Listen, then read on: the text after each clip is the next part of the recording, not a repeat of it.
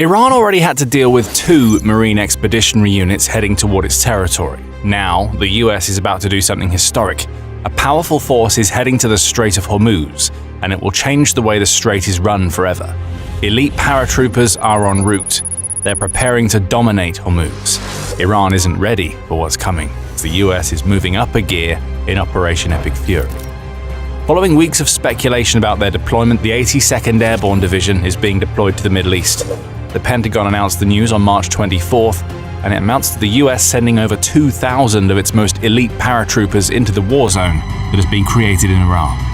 This is a huge escalation by the US, and it's another hint that the US may be drawing closer than ever to putting boots on the ground, perhaps on Kharg Island as a means of reopening the Strait of Hormuz.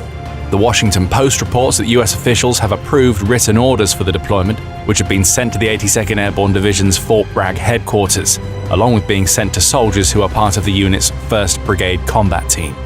This came in the wake of verbal orders having already been delivered. 2 sources close to the situation have told the outlet. Many of the soldiers who have received the orders are part of the 82nd Airborne Division's immediate response force, and it's here that we start seeing all of this get very serious. Why? Well, the clue is in the name, as the immediate response force has been created specifically to deploy within 18 hours of notice, and it's versatile enough to handle almost any ground-based operation handed to it. Taking airfields, such as the one on Kharg Island, is among the force's many remits, as is seizing critical infrastructure, such as the oil pipelines and terminals that are on that very island. Task and Purpose offers more information about the 82nd's immediate response force, noting that the members of that force change every 6 months, as the responsibility switches between a trio of brigades.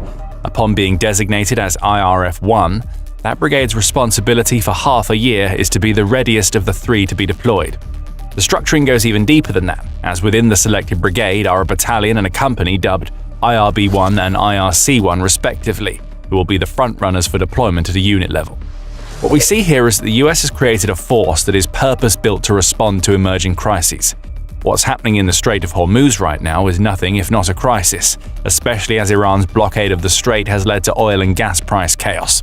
Pressure is being placed on the US by its international partners, along with non-partners who are being affected by the issues in the strait, and the deployment of the 82nd Airborne Division may be America's answer in terms of how it's going to relieve that pressure. Kharg Island will likely be the key. But what the US may have planned there could end up being an escalation too far in Operation Epic Fury.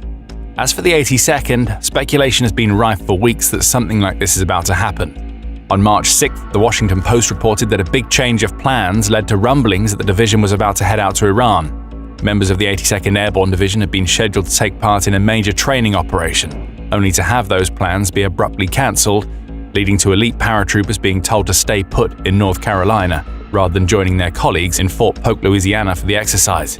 The Pentagon was cagey at the time. All it told reporters was, "Due to operation security, we do not discuss future or hypothetical movements." Now we know why the training was cancelled. The US had already been mulling options up to and including putting boots on the ground following the devastation of Iran's military infrastructure during the opening days of Operation Epic Fury and Operation Roaring Lion. With the Strait of Hormuz becoming a major problem for the US on the global geopolitical level, what started as a training cancellation has moved to full-on deployment. We still don't know what the 82nd will do once it arrives in the Persian Gulf region, but the odds are that a ground assault on Kharg Island is high on the agenda. That's one option at least, but it seems increasingly likely that the US views occupying Kharg Island as the key to taking control over the Strait of Hormuz problem.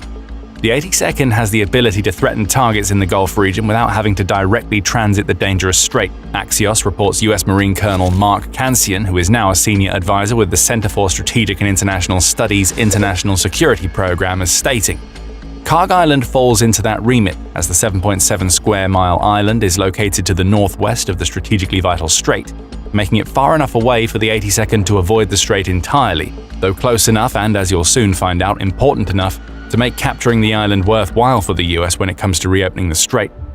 Kharg Island is vital for Iran.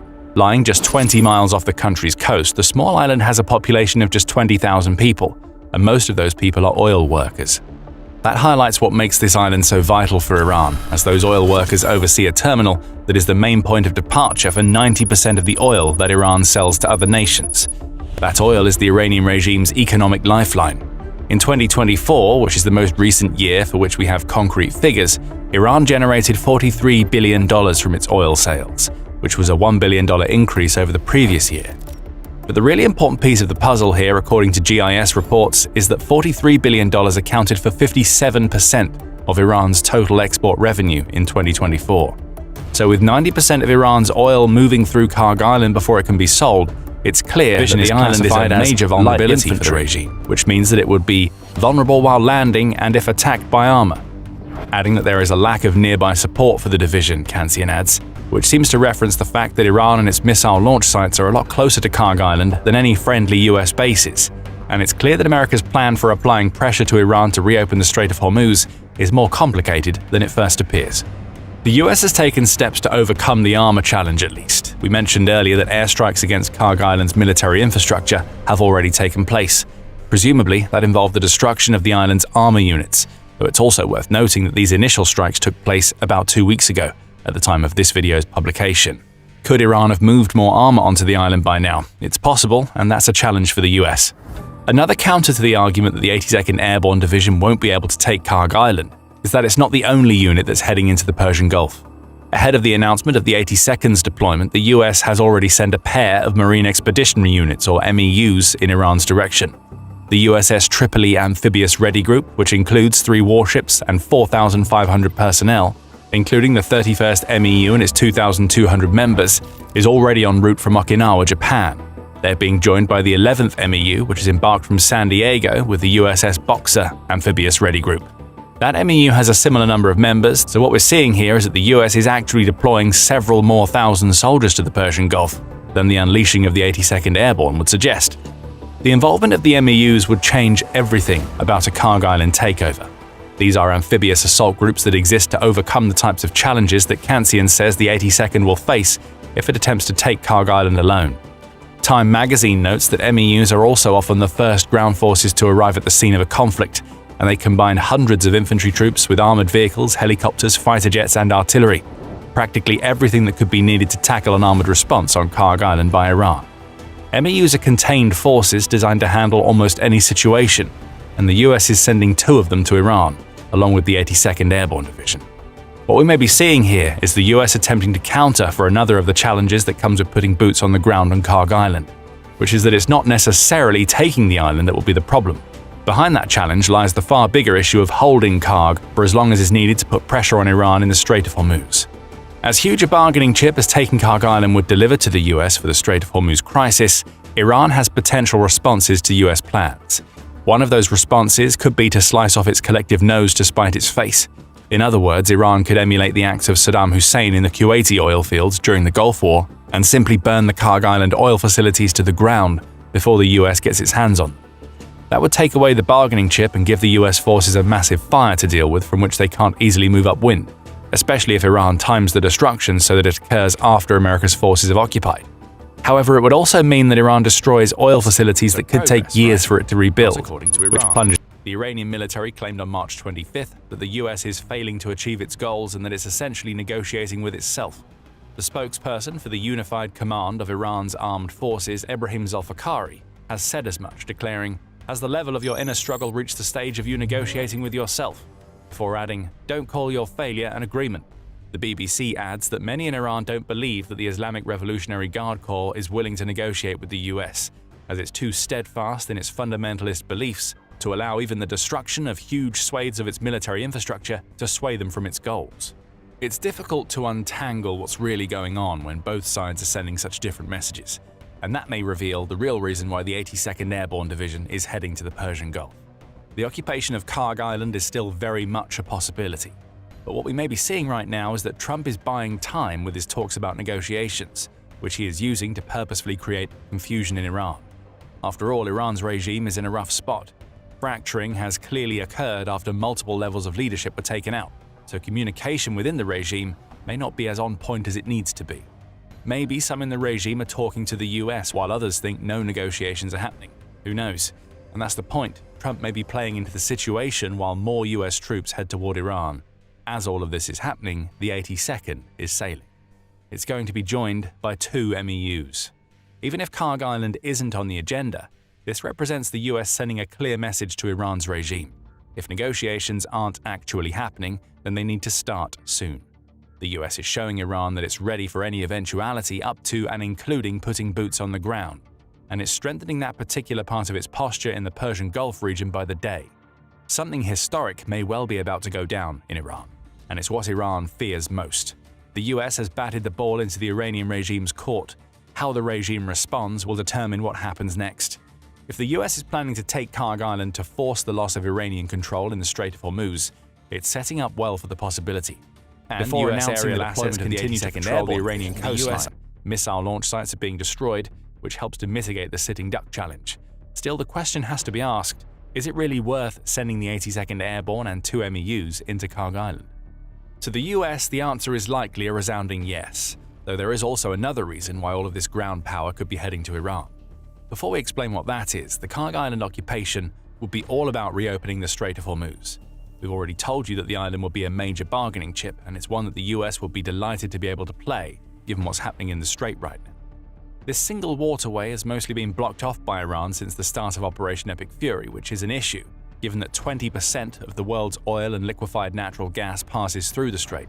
Iran has been playing the one major card that it has well, and we've seen the results over the past few weeks. According to Hellenic Shipping News, fewer than 100 merchant ships have managed to sail through the strait between the beginning of March and March 23rd. For context, almost 140 ships sailed through the Strait of Hormuz daily before Operation Epic Fury began. Now, the average is down to 5 or 6. Most of those are sailing under Iran's flag or are linked to Tehran's regime. Iran has also started to look at the Strait of Hormuz situation as a way to pull in a little extra money. In a March 24th report, The Telegraph said that Iran has created regime-approved routes through the Strait of Hormuz that just happen to funnel ships into what amounts to a waterborne toll booth system. Fees for safe transit climb as high as $2 million, the outlet reports. Iran might claim that means it has reopened the strait. The US, and likely the rest of the world, would counter by pointing out that these fees are so ludicrously high that they're clearly designed to prevent all but the most desperate merchant ships from passing through. It wouldn't be accurate to claim that taking Kharg Island would outright solve the Strait of Hormuz problem, but it would help. The billions that the US could take out of Iran's economy by controlling that island's oil infrastructure, using its MEUs and the 82nd Airborne, would create more pressure on the Iranian regime. That pressure would mount on top of the economic concerns that have led the regime to the position that it finds itself in right now. The US could offer access to Kharg in exchange for reopening the Strait of Hormuz, and Iran would have to seriously consider that offer. But so far, we've looked at the boots-on-the-ground option. There is another. As Time reports, the US claims that ceasefire talks between the US and Iran have tentatively started. Well, maybe. There's a lot of confusion about those talks right now. According to US President Donald Trump, the talks are happening because Iran is completely desperate to make a deal following the destruction of so much of the regime's military infrastructure. On March 24th, Trump also declared that making sure that Iran has no nuclear weapons is a key American focus, and that the current regime has promised that it won't build any nukes. All of this is reportedly on top of a 15-point plan for a ceasefire that the US has created, which AP News says may include non-starter negotiation topics related to Iran's ballistic missile program and its support of regional militias and proxy groups. Facilities that could take years for it to rebuild, which plunges the country into a multi-year economic crisis, no matter the outcome of Operation Epic Fury. That would be Iran's nuclear option. Another is to take advantage of the fact that Kharg is close to the Iranian coast and about 140 miles away from the nearest US assets in Kuwait City. Resupplying the 82nd and the 2 MEUs tasked with taking Kharg Island would be a challenge for the US, as would the fact that units stationed on the island become sitting ducks for Iran's missiles. Yes, Iran has lost most of its missile launch sites, roughly 75% of them as of March 5th, but it still has isolated and mobile launchers that it can roll out, use to fire missiles, and then send back into hiding. Kharg Island is small enough that even a handful of strikes could be enough to devastate US troops, especially if there are hitches in setting up their defenses. These are all challenges that the US can overcome. The MEUs en route to the Gulf region still haven't arrived, and the 82nd Airborne Division is behind them. If Kharg Island is the goal, the US is building up an appropriately sized force for taking and holding the island. It's likely that air defenses are being prepared, perhaps in Kuwait City, to send into Kharg Island immediately after the occupation too, and US aerial assets continue